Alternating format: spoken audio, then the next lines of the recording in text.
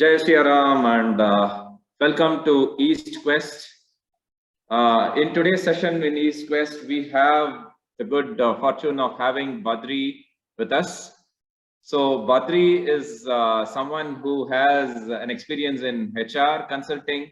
He does HR consulting for leaders, and we are fortunate that he's here with us. He's here to discuss about his latest book. His book is called Jayam. So over to you, Badri. Namaste and warm welcome to EastQWest. Thank you, Raviji. Thank you for having me in EastQWest, and always a pleasure talking to you.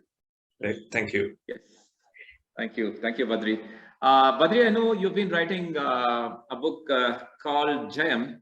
What is it about? Yes, I've been writing a book called Jayam, and this book tries to answer the question, right, through the narrative of Mahabharata and Ramayana. How do we understand Dharma relevant to today's context? And what are your objectives of writing this book? Okay, so I had three broad objectives in my mind, right, when I started writing this book. The first was to define, or probably redefine, Dharma from the point of view of Shastras, and also explain the terms like Satya, Adharma, Nyaya, Anyaya, and all those terms, right? That was objective number one. The second was to find out the interlacing between these concepts, right? Dharma and Satya, Dharma and Nyaya, and all these concepts. That was objective number two. The third, and my personal favorite, was to create and present models, right, which can be objectively used by people to, number one, understand Dharma, and also to apply it in their lives and become happy. These are my three broad objectives. Okay, so you're touching on the fundamentals, especially Dharma, the fundamental definitions, the fundamental terminologies. Correct. You're touching on them, and then you're doing that through the narratives of Mahabharata, and then you're offering your own models. Very good. But how did you go about writing this whole book? Okay, so I took a two-dimensional approach, right, while writing this. Number one approach was I listened exhaustively and read Mahabharata and Ramayana, and discussed the concepts, right, the concepts that I was just telling you, with various Mahabharata, Ramayana, and Vedic scholars, right. So there are a lot of narratives that came, there are a lot of learnings that I received from them. So I've incorporated all those learnings and those outcomes into this book. So that was my first approach. The second was I was very inspired by a book by name What is Dharma, written by Dr. R. Rangan, right? And this book inspired me because there's a Dharma model presented in this book. I've used that Dharma model, and through that Dharma model, I've looked at Ramayana and Mahabharata, and that's how my narrative is set. So this is how I have done it. Very interesting, Badriji, that you mentioned what is Dharma, because I think I have that book. Oh yeah, I have that book right here with me. Exactly. That's Incidentally, I have this book right here. Incidentally, it is. I think this is the book, right? What is Dharma? Is this the same book that you were mentioning? Exactly. Yeah, this is the book. I have that book with me, and wonderful book, wonderful. And but coming back to your book, why the name Jayam? Why the name Jayam? Jayam, because that is how the book of Mahabharata was originally known, right? Because Jayam in Sanskrit actually means victory, right? And my personal opinion, I think the true victory for a person is when they could, create a consistent dharmic behavior, create, that in their life. So, I wanted to keep the name Jayam. Wishing you victory on your book. Thank you. Who is your target audience? That's the usual thing that we ask when someone writes a book. What is the target audience for this book? Who are you writing this book for, in other words? Okay, so this book, Raviji, I've written it for anybody who is going through a personal or a professional crisis, right? For whom, those who are looking for a specific methodology, a technique, a tool, right, or a framework for dharma, right? Which they can objectively apply for themselves. So for them, anybody who's going through that, for them, I have written this book. Okay, then if it's you mentioned professional crisis, then I can include midlife people. I can include post-teenagers, pretty much from post-teenagers to adults. Right. That's what I feel the book is all about, right? You're all right. right. So this book is all about Mahabharata. Is this book about Mahabharata or anything else? The main storyline, as I was telling you, is about Mahabharata, right? Just the storyline of Kuru Vamsa, which is the story of Pandavas and Kauravas, their struggle, which all of us know, most of us know. But what I've done is, yes, indeed. We all know that. We all know that we have been studying from our childhood.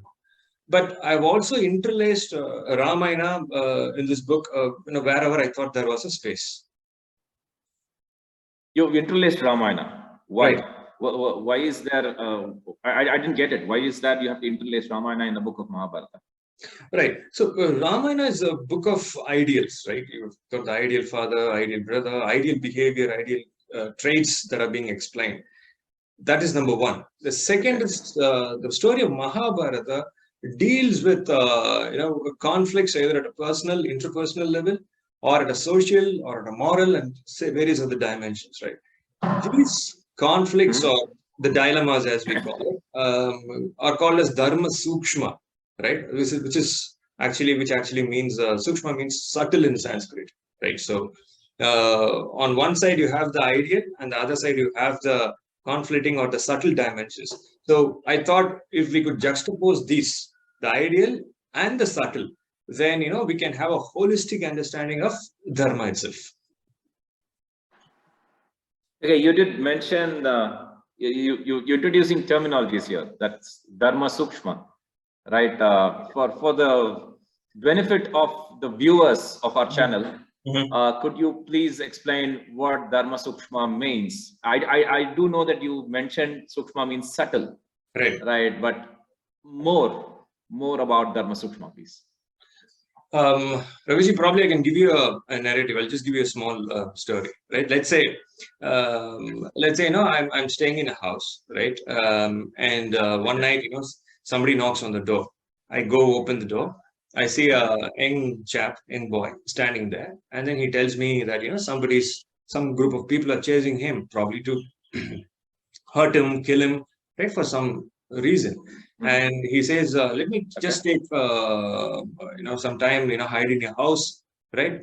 Be in your house for some time, right? And after some time I'll be gone. Right? Kindly allow me. And then let's say I'm a very truth-speaking, very honest, principled person. That's the person I am, right? So obviously I look at the situation, I allow the person, he stays in my home, right? I hide him in my home. Let's say a couple of minutes later, right, a group of people come, they knock at my door, I open, and then I see them, right? And they ask me, did you see anybody, Badri? Did you see anybody? Right? Now, Ravi, tell me, as a honest, as a truth-speaking person, right, what should I do now? Should I speak truth and then let them know that, the boy is here? Or should I speak, untruth and protect the boy? What should I do? My primary instinct is always to protect the innocent boy. So I don't care, even if it's if I had to do everything. Even if I'm an honest person, I will speak the untruth and I'll protect the boy. That's what I'll do. Exactly. This is the subtle nature of Dharma here, right? As you can see, right? For a normal person who is used to speaking truth, right? Even untruth in a very specific, particular circumstance could be truth. This is exactly what the great Tamil divine poet, right, Thirulvar, tells in his one of his Kurals, which comes under the Adhikaram called Vaimai. So he handles the subtle dimension of Dharma here. He says, Poimayum Vaimai Idattu Puredirnda Nanmai Payakkumene. He says, even untruth, right, can be told in place of a truth if it protects a greater good. This is amazing, right? And what's more amazing is that he uses this Kural under an adhikaram called Vaime, which is about truth.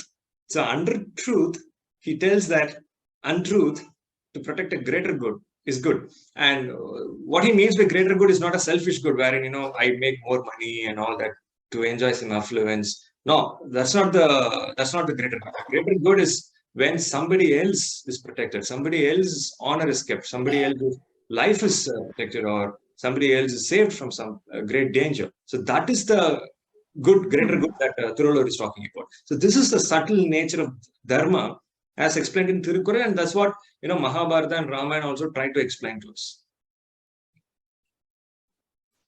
Incidentally, you did mention Tirukkural. Incidentally, I'm just remembering how Leo Tolstoy was actually inspired by Tirukkural, and he mentioned the Tirukkural words. He wrote a letter to Mahatma Gandhi. He mentioned the Tirukkural words, and that set the path for an inspiring journey in Mahatma Gandhi's life.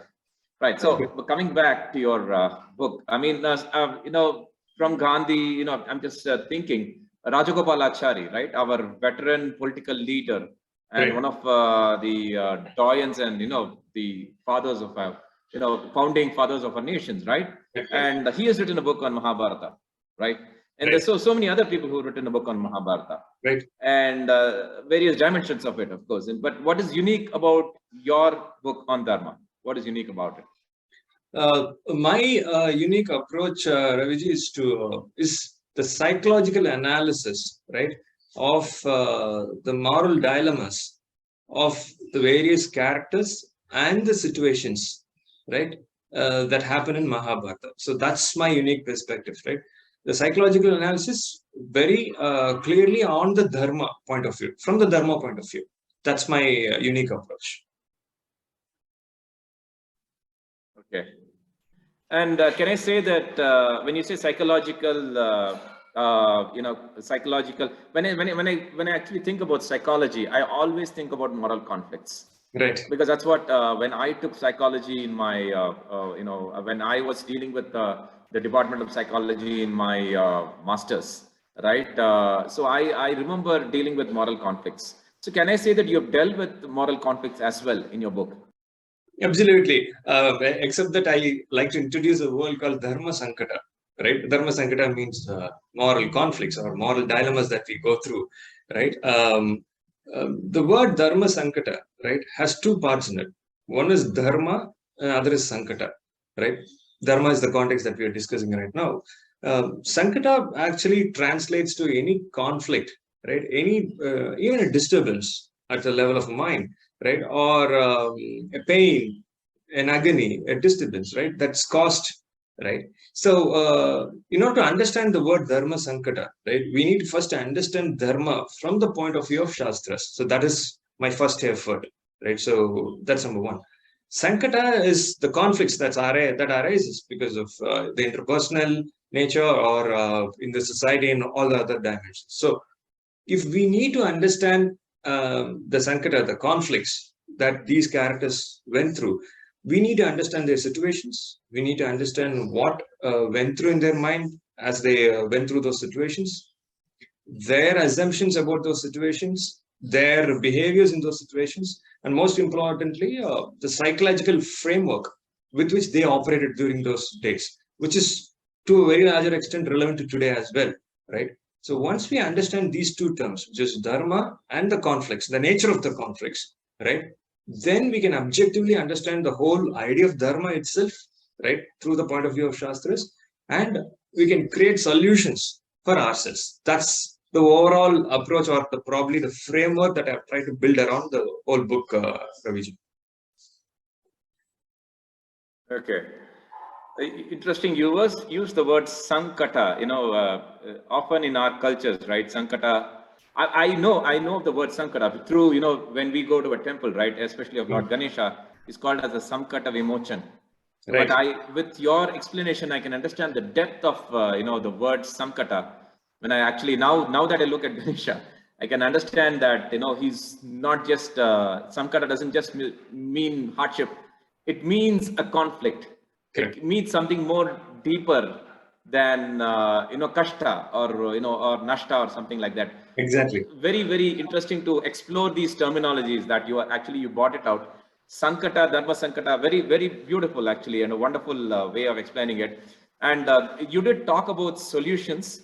We will talk about it. So in our next session, we'll talk about it. So viewers, stay tuned. We are very happy to talk to Badriji. And in our second session, we will talk about the solutions approach that he just mentioned. Thank you, Badriji. Thank you very much. And please stay tuned. Thank you. Thank you. Namaste.